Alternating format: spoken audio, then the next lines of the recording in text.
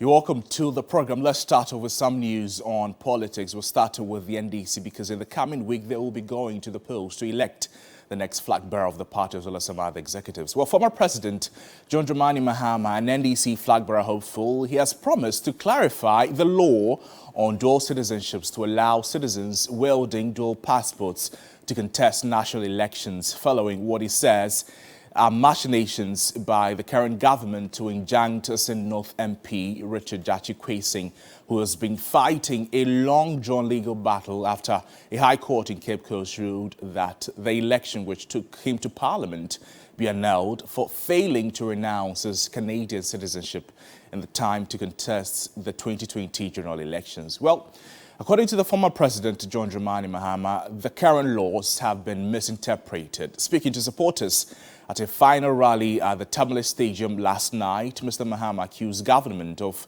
machinations while promising to end the misunderstanding of the provision. This government has been an abysmal failure. It is the worst government in the history of the Fourth Republic. And I say it not only because they've mismanaged our economy, but because their governance record is also very poor. Just recently, they've released the Press Freedom Index. Last year, we fell 30 places down. This year, we're falling another 10 places down. It means that our media expression is in danger. Journalists' lives are in danger. There are reports of torture and harassment of journalists. This didn't used to happen under NDC. Under NDC, everybody had the freedom to express themselves. Unfortunately, those freedoms are being infringed upon by Nana Akufo-Addo and Baumier's government. And we've seen the cardinal sin of the Fourth Republic, which is the disenfranchisement of the people of SAL. For one whole term, they've not had a member of parliament. But even if we put that aside, the people of Asin North elected a person to represent them in parliament. This government has manipulated the judiciary in such a way that they've injuncted the member of parliament for Asin North. So even though he's the elected member, he cannot perform the duties of an MP. That is a gross injustice, and it's an affront to our democracy. But I want to assure the people of Ghana, and I want to assure the people like Judicial Services, that is our member of parliament for Asin North, that when NDC comes into power, we are going to clarify that constitutional provision that compels them to give up their foreign citizenship before they contest elections. A country's human resource is its best resource, and we happen to have about 3 million of our citizens abroad. They've acquired experience, they've acquired different talents. And why would we have a law that says that if you want to come and be an MP in Ghana, you must give up your other citizenship? Meanwhile, we have a dual citizenship law.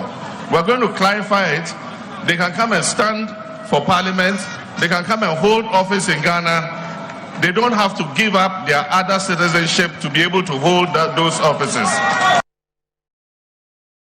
So that was the former President John Dramani Mahama, and if you listen carefully, you would hear the former president saying that this government has manipulated the judiciary. This is a subject to be staying on in our subsequent bulletins. We'll be getting some views and opinions from some legal representatives, also from the Judicial Service itself. Also happening this morning is the pensioner bondholders. They are expected to resume their picketing over government unpaid coupons and principals. Now, the group had issued a new threat to the government for its failure to pay coupons and principals.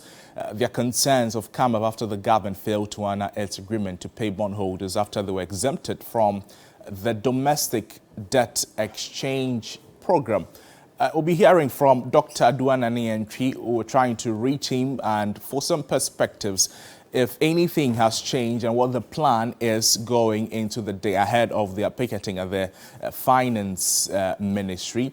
Now, we know that the forum, they're expected to resume picketing today. When we reach him, we'll be bringing you that conversation with him and how far engagements with government has been. Remember that the domestic debt exchange is a contributory factor to Ghana's quest to get the $3 billion from the International Monetary Fund. As a result, we'll need to restructure our external debt and our domestic debts as well. But that has been as a result of some that has come not easy to government because of fierce resistance from the individual bondholders. The pensioners are also speaking, and according to Dr. Adu Anani, who is the convener for the group, this is something they are resisting with all their might. They are asking government to pay them their principals and their coupons.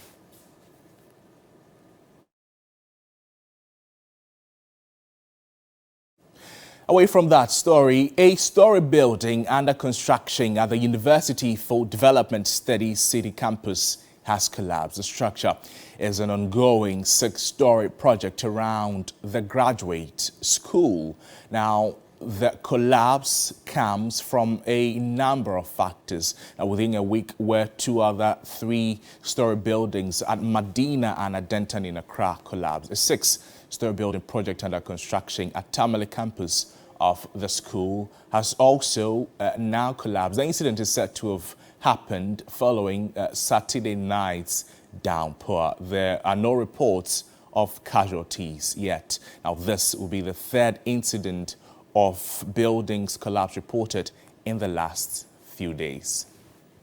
One was at Adenta near Pogas and the other at Kojokrom in Ashaliboche, and that those killed 2 persons.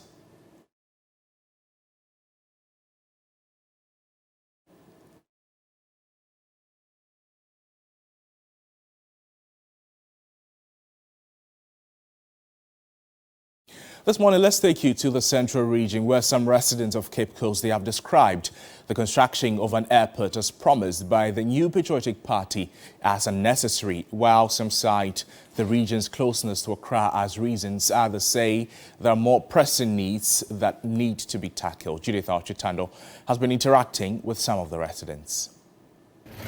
It was a 2020 campaign promise by the governing New Patriotic Party, an airport for the people of Cape Coast. And by then, it was hailed by many residents as a great initiative. 3 years down the line, however, we've come back to town to gauge the reaction of residents on the project, which is yet to commence. And many now say it's a misplaced priority.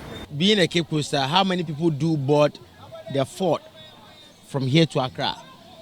So I'm an engineer, I'm electromechanical engineer, and I believe that if we, the government or individual stakeholders invest into the tourism system and then the engineering grounds concerning factories and other stuff, I think that would employ more people rather than people going in for the airport. If you want to do something for any individual, you have to engage the users of that particular thing you want to bring on board. It boils down to culture of that society. If their culture is such that they don't travel much by use of what? Airways. When you even build them an airport, it's going to be a white elephant. I don't see the need to have an airport in Cape Coast whilst the youth don't have work to do. We have so many youths, they don't have any work to do. So if the government has anything to offer the people of Cape Coast, I think it should be a factory that will employ the youth of Cape Coast and the nearby community. The debate as to whether the Cape Coast Airport is necessary or not has been raging for the last few years. While feasibility studies towards its construction have been completed, the airport is said to rather be located at Komenda in the Komenda Edina Eguafu Brim municipality of the Central Region. With focus on tourism and aviation excellence, the facility, we are told, will become Africa's foremost center for large-scale repair of aircraft and training personnel to provide quick response in case of disasters. However, some still say the airport is not necessary considering the region's proximity to Accra. Cape Coast does not need an airport. Okay, though the feeling was okay. After thinking through, I also side with those who may think that Cape Coast shouldn't be a best place for airports. Just a stone throw from Cape Coast to Accra, you are already here. The best thing would be an improved road from Cape Coast to Accra. Dualization of the Takoradi-Accra road would be the best way to ease traffic. With the current economic crisis, it is unsure when the construction of the airport will commence. Judith Awachitando, TV3 News, Cape Coast. Away from that subject, this morning and this week too, judicial services in the country are likely to grind to a halt by Friday, May 12. And this is why. So the Judicial Service Staff Association of Ghana, JUSAG, they have given President Kufuor up to Friday, the 12th of May 2023, to approve and pay the new salaries and all areas from January to May 2023. In a press release on 5th May 2023, JUSAG stated that they had activated their industrial action plans and had notified the Executive Secretary of the National Labour Commission of their intention to embark on an indefinite strike if the President fails to approve and pay their salaries by Friday, 19th May 2023. JUSAG warned that failing to do this will mean the group will ensure members resort to an industrial action, and that we know will have severe and adverse consequences on the entire judicial processes in the country. We've been speaking with the leader of the group, and according to him, as part of negotiations, what government should not bring on the table is government's inability to pay at this point in time. That will be fiercely resisted. We'll be staying on this subject, particularly the deadline that it has given government on Friday, and we'll bring you details when they happen. Their aim is to build a surveillance equipment for the country's security services. William Evanzinkum tells the story of teenage girls who have gone viral after building a module surveillance aircraft for Sea Patrol.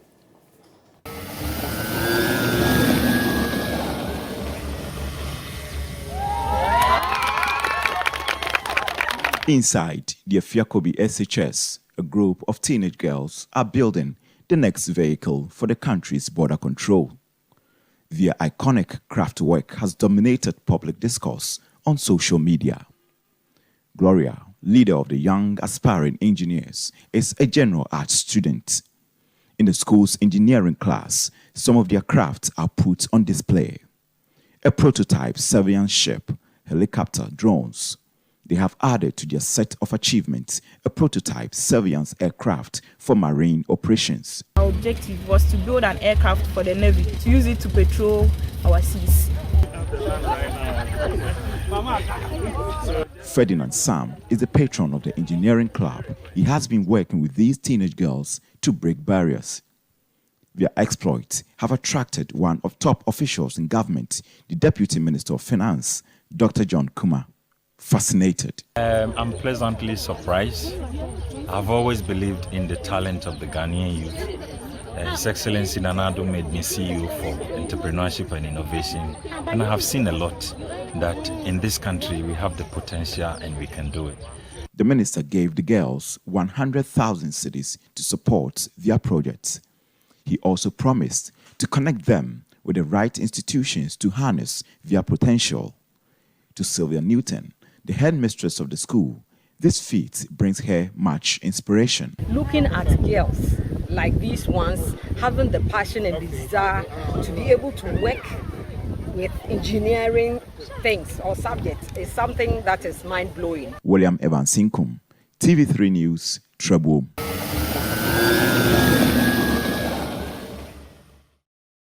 Well, these girls have been able to overcome a certain disability if they had any. Well, this is a learning disability which affects skills involved in reading, spelling and writing.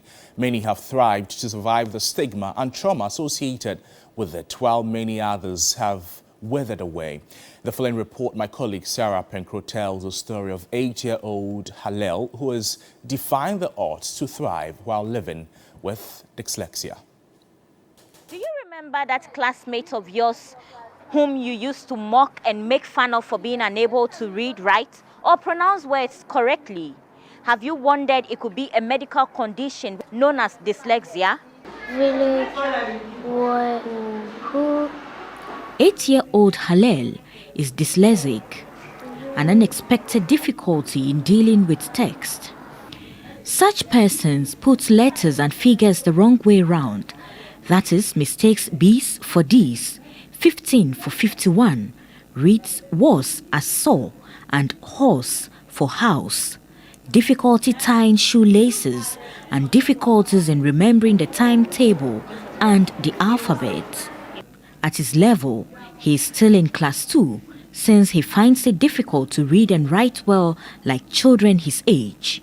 Many for of His mother, Abigail Papu, who is a teacher herself, tells me she got worried with his situation and decided to seek medical attention. So I took him to the hospital and then they checked and then he was diagnosed of dyslexia. Though they may have a hard time with reading comprehension, spelling and writing, they don't have a problem with intelligence. Some experts believe that between 5 and 10% of people have dyslexia, while others say as many as 17% of people show signs of reading challenges. For you to detect it, there's a speech delay, and in KG2, before they go to class 1, you notice difficulty in reading, how to form letters, how to name letters, numbers, colors of head, and whatever you are showing them. Or they may be extremely slow in doing so.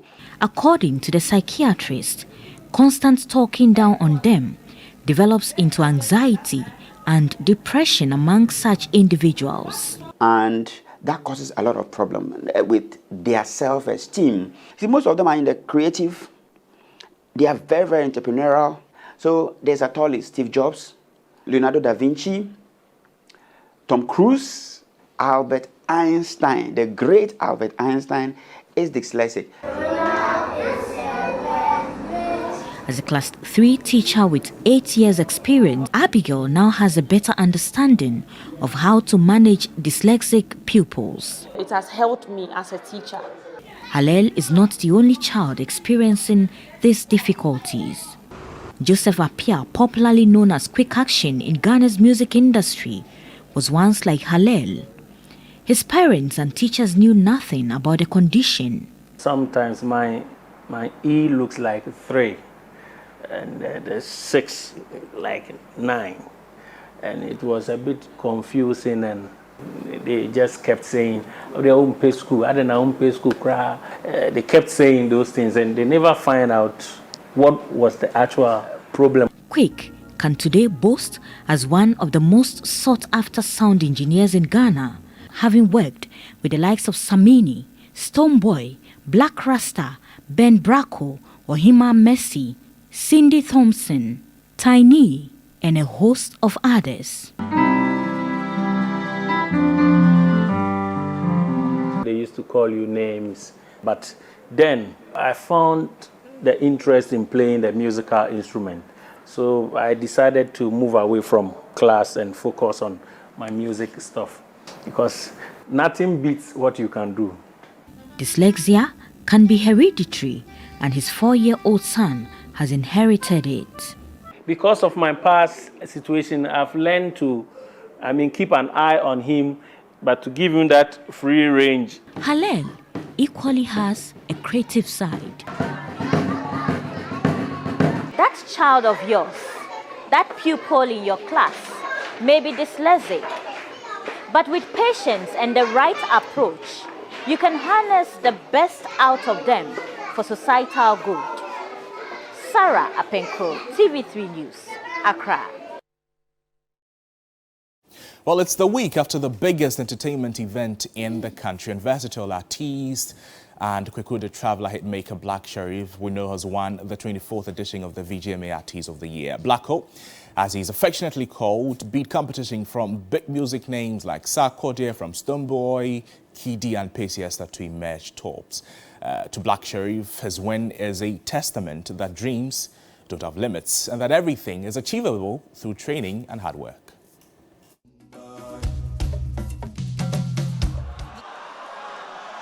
The most important person on the planet now is right here. Yes. Yes. Black Sherif. Congratulations, Black Sherif. A huge congratulations to Black Sherif. What a year it has been for Black Sherif. Wow. Wow. Artist of the year, Black Sherif. This is an inspiration to all budding artists coming out there from Ghana far and wide. Congratulations. Oh, Georgie, none of you came here by me. None of you came here by me. Georgie. Yeah, man. This award will not be for me only. Yeah, this is for kids from my city watching me doing this. Like, came to Accra 2019 June after high school. 4 years later, Artist of the Year. Everything is possible. Dreams don't have limits. You understand me? You can dream as big as you want. And you can work as hard as you want to get whatever you want to. Everything is achievable through training. You understand me? Like experiences, stuff like that. You understand me? So, you know, you just need to up your spirit. Try to be the best version of yourself. You understand me? If you are the best version of yourself, like seeing improvement, your confidence go boost. Nobody will tell you what you know. You know what you know. You understand me? Right now, I know what I can do and things. Nobody will come tell me nothing. So be the best version of yourself. Try, train. You know hard.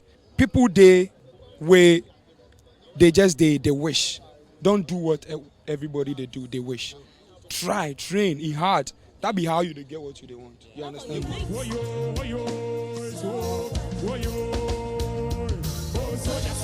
Soldier. Stand and beat your chest. They come. No make them catch you. Don't let them touch your skin. Oh, soldier. Stand and beat your chest. They come. No make them catch you. Well, that's the biggest name in Ghana's entertainment right now. Congratulations to Black Sherif and all the award winners over the weekend. Let's bring you some international news now. And Nigeria's election tribunal will on Monday start hearing opposition petitions challenging President-elect Bola Tinubu's victory in the disputed February presidential vote. The hearing will be before Court of Appeal judges who constitutes the tribunal. Under Nigeria's electoral laws, the first day of hearing will see candidates' lawyers agree on the witnesses and evidence to be used during the proceedings. Bola Tinubu from the ruling All Progressives Congress Party defeated his closest rivals, Atiku Abubakar of the People's Democratic Party and Labour Party's Peter Obi, who alleged fraud and have launched a court challenge. Atiku and Obi want the tribunal to invalidate Tinubu's victory, arguing the vote was fraught with irregularities, among other criticisms.